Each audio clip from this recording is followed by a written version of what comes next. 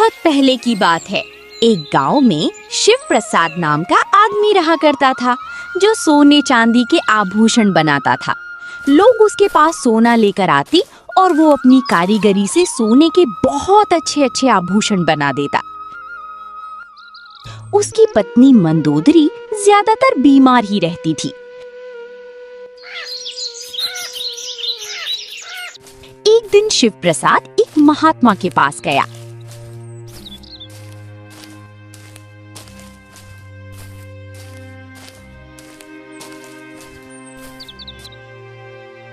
बाबा, मेरी सहायता करो। मेरी पत्नी हर वक्त बीमार ही रहती है। मैंने उसके इलाज के लिए क्या कुछ नहीं किया, फिर भी वो ठीक ही नहीं हो पाती। कुछ उपाय बताओ बाबा। बेटे, जो भी समस्या हमारे जीवन में आती है, ये सब हमारे कर्मों का ही फल होता है।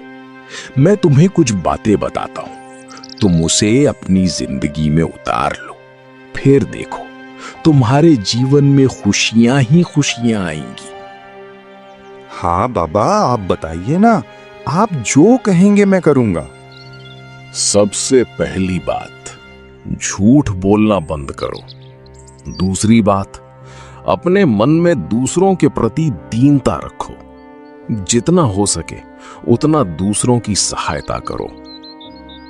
बाबा, मैं तो सोने के आभूषण बनाता हूँ। इस व्यवसाय में मुझे लोगों से झूठ बोलना पड़ता है, क्योंकि मैं सोने में मिलावट करता हूँ और मिलावट मुझे करनी ही पड़ती है। मैं एक काम करता हूँ बाबा, मैं सोने के आभूषण बनाना ही बंद कर दूंगा। अब से मैं चांदी के आभूषण बनाया करूंगा, फिर मुझे झूठ बोलने की कोई जरूरत ही नहीं पड़ेगी। और रही दीनता की बात, मुझसे जितना बन पड़ेगा मैं सेवा करूंगा और बहुत कम पैसों में लोगों को चांदी के आभूषण बनाकर दूंगा। बस मेरी कही हुई बात कभी भूलना मत, तुम्हारा कल्याण ही कल्याण होगा। उस दिन के बाद से शिव प्रसाद का मन भगवान की भक्ति में लगने लगा। जहां कहीं भी कोई संत दिख जाता, वो प्रेम पूर्वक उन्हें अपने घर लाकर भोजन कराता। वो गरीब लोगों की मदद करने लगा। जहां कहीं भी भंडारा होता, वो उसमें आर्थिक रूप से सहायता भी करता।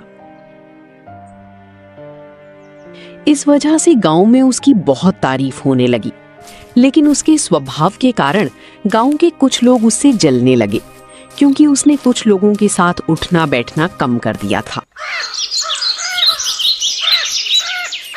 समय बीतता गया। मंदोदरी अब पूरी तरह से ठीक हो गई थी। इसकी बात से शिव प्रसाद भगवान को और भी अधिक मानने लगा। अरे शिव प्रसाद, कहाँ जा रहे हो भाई? इधर तो आओ। अरे ये तो बड़ा आदमी बन चुका है ना, हमारे साथ क्यों बैठेगा? अब तो बहुत बड़ा भक्त हो गया है। ये तो लोगों की मदद करता फिरता है। इसे लोगों की मदद करने से फुर्सत होगी तब तो हमारे साथ बैठेगा।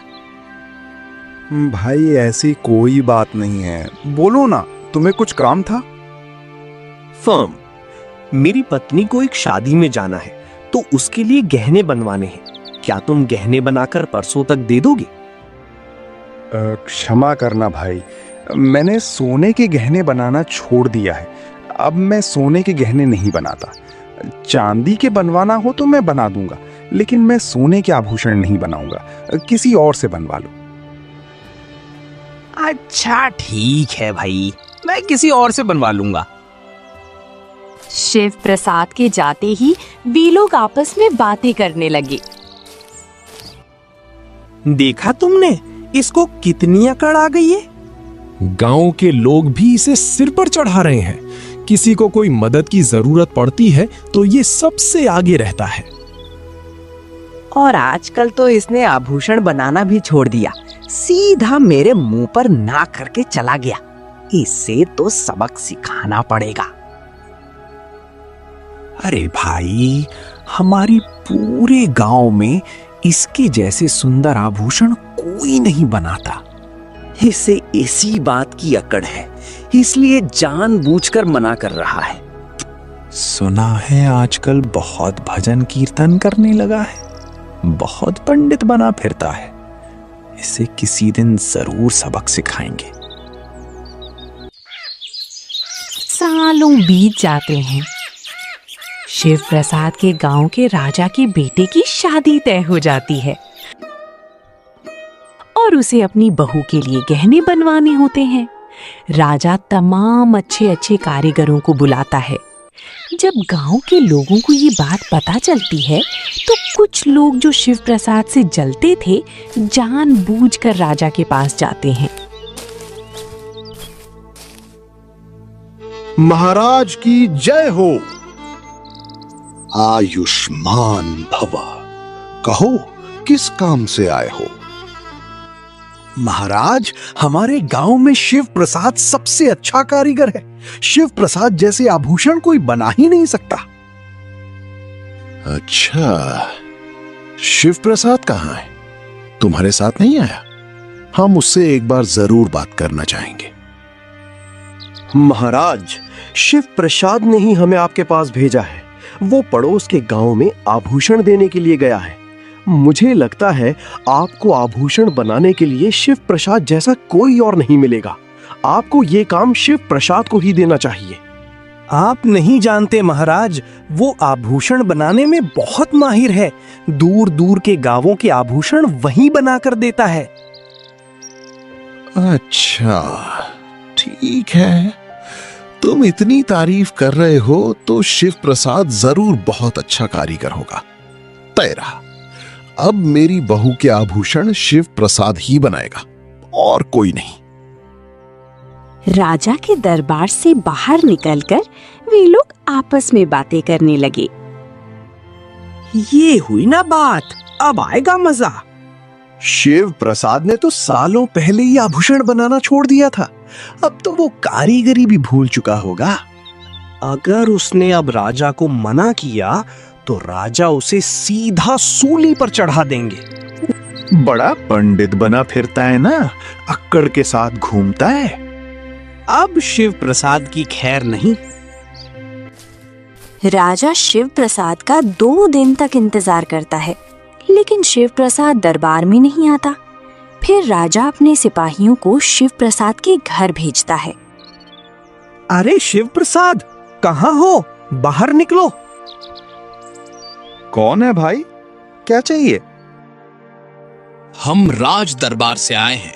राजा ने तुम्हें तुरंत बुलाया है। लेकिन क्यों? मैंने तो कुछ नहीं किया, और राजा को भला मुझसे क्या काम पड़ गया? हम कुछ नहीं जानते, तुम्हें अभी बुलाया है, जल्दी चलो। जब राजा का संदेश मिलता है तो शिव प्रसाद राजा के पास जाता है।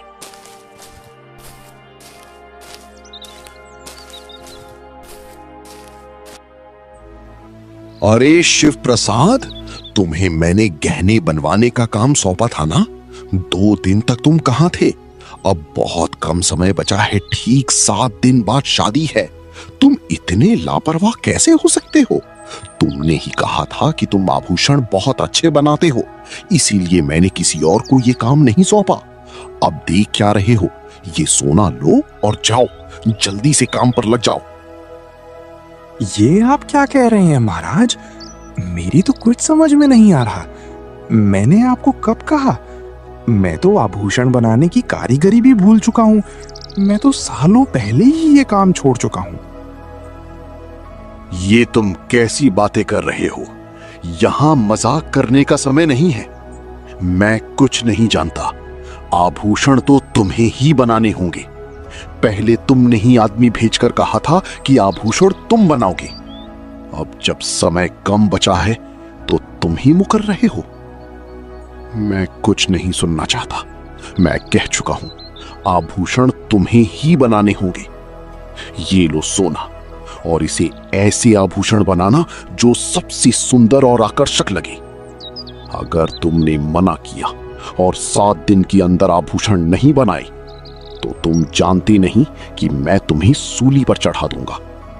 अब जल्दी से जाओ और काम पर लगो। तुम्हारे पास समय बहुत कम बचा है।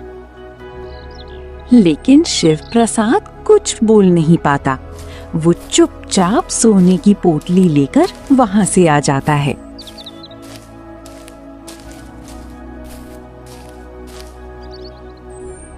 क्या बात है जी, बहुत परेशान लग रहे हो। राजा ने तुम्हें क्यों बुलाया था? तुमने क्या किया है? पता नहीं मंदोदरी, लेकिन राजा ने मुझे सोना देकर कहा है कि उनकी बहू के लिए आभूषण बनवाने हैं, वो भी 7 दिन के अंदर। कुछ समझ नहीं आ रहा मंदोदरी, मैं क्या करूं? तो क्या हो गया? आप तो कारीगरी जानते हैं ना, अच्छे से आभूषण बना दीजिए। नहीं बन सकता मंदोदरी, कितने साल हो गए मैंने ये काम छोड़े हुए। अब मैं भूल चुका हूँ, अब मुझसे पहले जैसा काम नहीं होगा। फिर अब क्या करें? पता नहीं। एक काम करते हैं, आप किसी और कारीगर को सोना दे दीजिए और उससे आभूषण बनवाकर राजा को दे देना। हाँ मंदोदरी, लेकिन उस कारीगर को पैसे तो देने होंगे ना। तुम हमारी हालत तो जानती हो, हमें खुद खाने के लिए पैसे नहीं है। मैं उस कारीगर को आभूषण बनाने के लिए पैसे कहां से दूंगा? फिर अब क्या करें? पता नहीं मंदोदरी। फिर शिव प्रसाद सोने की पोटली लेकर निकल पड़ता है। आप ये सोने की पोटली लेकर कहाँ जा रहे हैं? पता नहीं मंदोदरी, अब मैं सब ईश्वर पर ही छोड़ रहा हूँ। अब वही कुछ रास्ता दिखाएंगे। मुझे ईश्वर पर पूरा भरोसा है। तुम अपना ख्याल रखना, मैं जा रहा हूँ, शायद कोई रास्ता मिल जाए।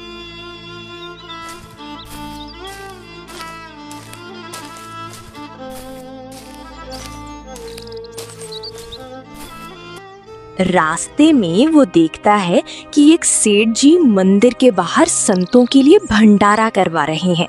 शिव प्रसाद सोचने लगा, मैं एक काम करता हूँ, इस सोने से संतों का भंडारा ही करवा देता हूँ। संतों का आशीर्वाद मिल जाएगा। मैंने राजा जी को इतना समझाने की कोशिश की, लेकिन वो नहीं माने। अब उनके पास ये सोना लेकर जाऊंगा तो वहां क्या करेंगे?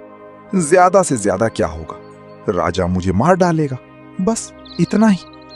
आज ना कल तो मरना ही है, इससे अच्छा मैं पुण्य ही कर लूं। कहो भाई, क्या बात है? सेठ जी, ये भंडारा कौन करवा रहा है? क्यों, क्या हुआ? मैं ही भंडारा करवा रहा हूं। अच्छा सेठ जी, ये पोटली रखो, इसमें सोना है।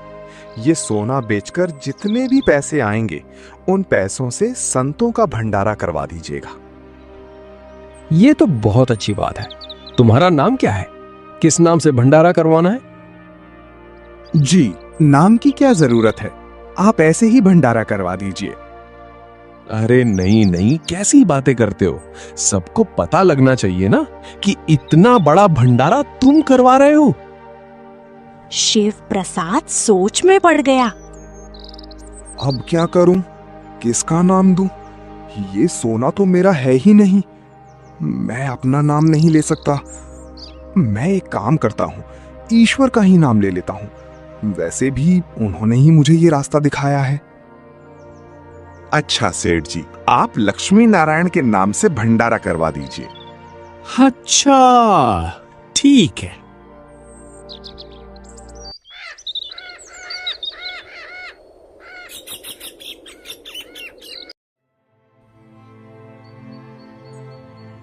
पंडित जी, ये लीजिए और इसका भंडारा करवा दीजिए। ये किसी लक्ष्मी नारायण ने दिया है। इतना सोना, इसके तो नाम के जय जयकार होने चाहिए। सारे बोलिए, लक्ष्मी नारायण की जय।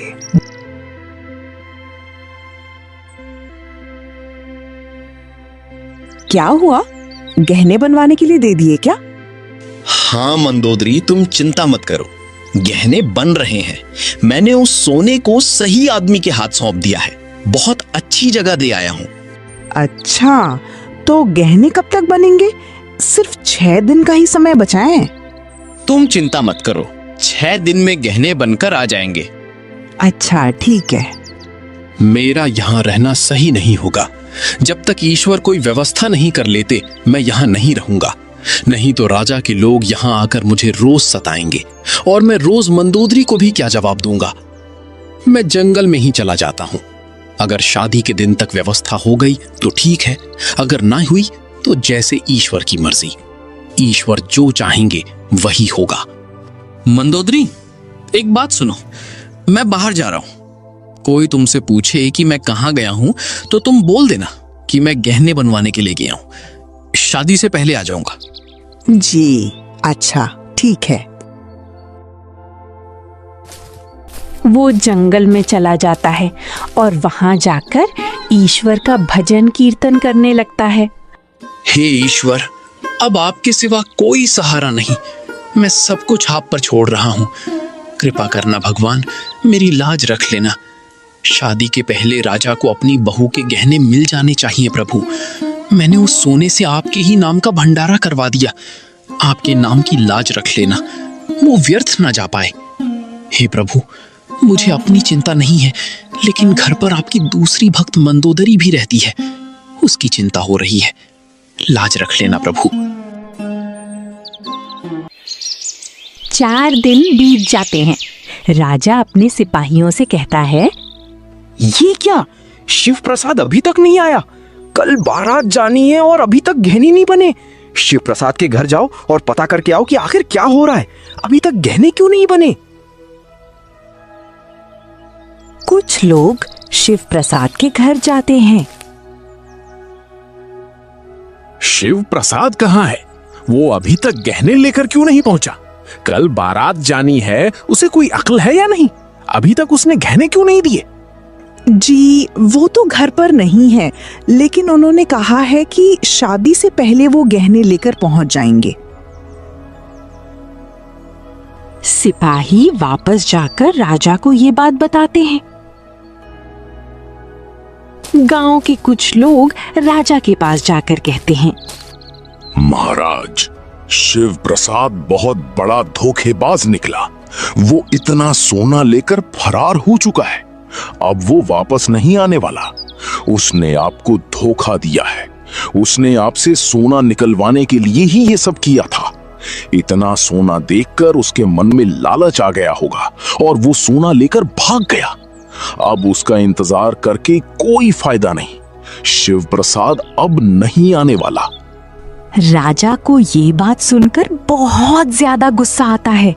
वो शिव प्रसाद को मृत्यु दंड का आदेश देते हैं। शिव प्रसाद के घर राजा के सिपाही पहुंचते हैं। मंदोदरी उन्हें देखकर बहुत डर जाती है। बाहर निकलो, राजा ने ये घर तोड़ने का आदेश दिया है और तुम्हारे पति को मृत्यु दंड का आदेश दिया है। तुम इस गांव में नहीं रह सकती। निकलो यहां से। मुझ पर भरोसा करो, ये लौटते ही होंगे। उन्होंने कहा है कि शादी से पहले आ जाएंगे। थोड़ी देर इंतजार कर लीजिए, हमारे घर को मत तोड़िए। उधर राजा बहुत चिंतित हो जाते हैं। अब हम क्या करें? कल सुबह बारात लेकर जाना है और हमारे पास हमारी बहू के लिए नए गहने नहीं हैं। अब हम इस वक्त पर गहने कहां से लाएं? हमारा तो बहुत बड़ा अपमान हो जाएगा कि एक राजा होकर भी अपनी बहू के लिए गहने नहीं बनवा पाए। ये सब शिव प्रसाद की वजह से हुआ है। जिंदा नहीं बचेगा। इधर मंदोदरी ईश्वर भी सामने बैठकर रोने लगती है।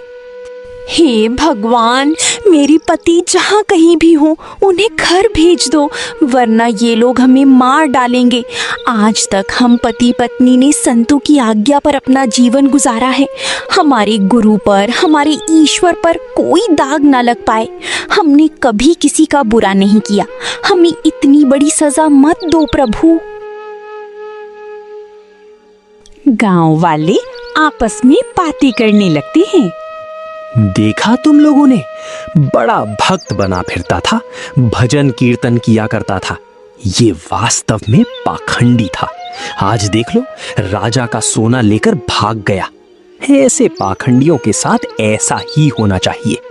ये सब बातें सुनकर मंदोदरी घर में रो रही थी और ईश्वर से कह रही थी, भगवान सुनो, आज दुनिया हमें तानी दे रही है। आज आपके नाम पर दाग लग रहा है प्रभु। ये लोग तो सच्चाई नहीं जानते, लेकिन आप तो सब कुछ जानते हो। सहायता कीजिए प्रभु, कोई चमत्कार कीजिए। इधर शिव प्रसाद जंगल में भजन कीर्तन में लगा हुआ है और ईश्वर से बार बार विनती कर रहा है, बचा लेना प्रभु, लाज रख लेना। कल सुबह बारात जानी है, राजा का अपमान ना हो पाए प्रभु, लाज रख लेना प्रभु।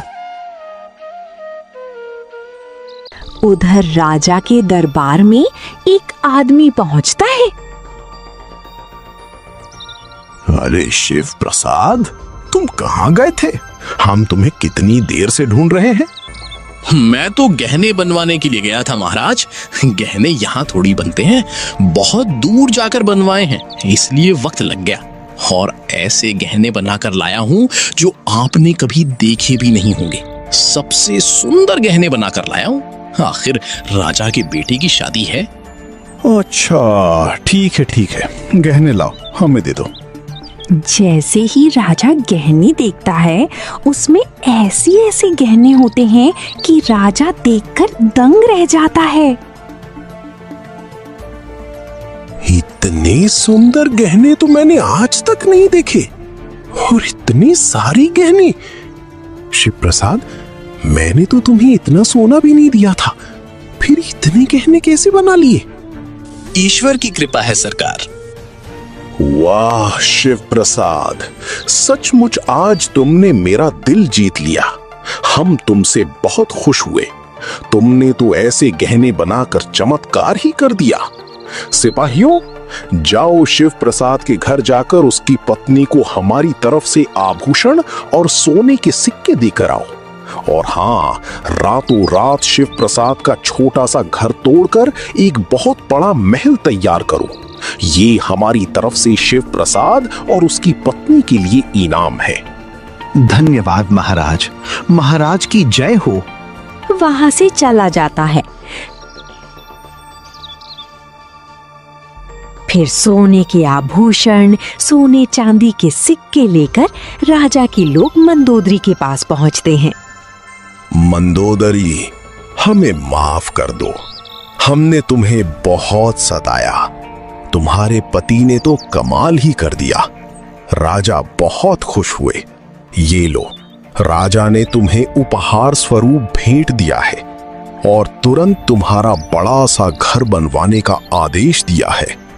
हे लक्ष्मी नारायण, इस कृपा के लिए बहुत बहुत धन्यवाद। आज आपने हमारी भक्ति की लाज रख ली। इतना ही नहीं, हमारी गरीबी भी मिटा दी। आपकी जय हो। मंदोदरी बहुत खुश हो जाती है। शिव प्रसाद सोचता है, अब तक तो बारात कब की निकल चुकी होगी। पता नहीं राजा ने क्या किया होगा। अब मुझे वापस जाना ही होगा। जो होगा सो देखा जाएगा। शिव प्रसाद अपने घर जाता है तो देखता है कि उसका घर टूट चुका है। हाय भगवान, ये जरूर राजा का दंड है। उसने गुस्से में मेरा घर तोड़वा दिया। पता नहीं मेरी मंदोदरी किस हाल में होगी। तभी मंदोदरी वहां पर आ जाती हैं। शिव प्रसाद, आप ठीक है? आप कहाँ चले गए थे? मंदोदरी, तुम ठीक हो? हाँ, मैं तो ठीक हूँ। आप कहाँ चले गए थे? सिपाहियों ने बताया कि आपने बहुत अच्छे गहने बनाकर दिए। देखो, राजा हमें इनाम में बहुत बड़ा घर बनवा कर दे रहे हैं और राजा ने खुश होकर मुझे बहुत सारे सोने चांदी के गहने और सिक्के दिए हैं, जिससे हमारी सारी गरीबी ही मिट गई। आपने ये गहने कहाँ बनवाए? ये चमत्कार हुआ कैसे? कम सोने में इतने गहने कैसे बनी? ये सब सुनकर शिव प्रसाद को धक्का सा लगता है। मंदोदरी, ये तुम क्या कह रही हो? मैं तो अभी गांव में आया हूँ। मैंने तो उस सोने से भंडारा करवा दिया था और मैं अब तक जंगल में ही था। इसका मतलब। शिव प्रसाद कुछ पल सोचता है और फिर भावुक होकर बोलता है, हाँ मंदोदरी, वो साक्षात भगवान थे जो मेरा रूप लेकर राजा के पास गए। देखा मंदोदरी, भगवान ने आज खुद आकर हमारी सहायता की, हमारी भक्ति की लाज रख ली। आज प्रभु की इतनी बड़ी कृपा पाकर हमारा जीवन तो धन्य हो गया। मंदोदरी, मैं कल सुबह राजा के पास जाकर सब सच सच बता दूंगा। मैं झूठ नहीं बोल सकता। वो आभूषण मैंने नहीं बनाए। दोनों पति पत्नी बहुत खुश हो जाते हैं।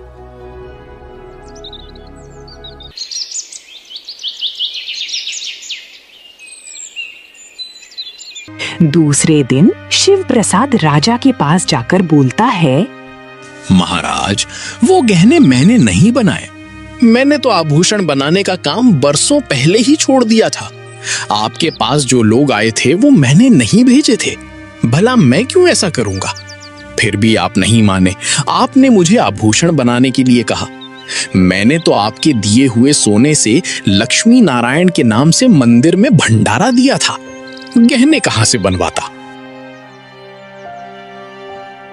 ये क्या बोल रहे हो? तुमने तो हमें वही गहने लाकर दिए थे।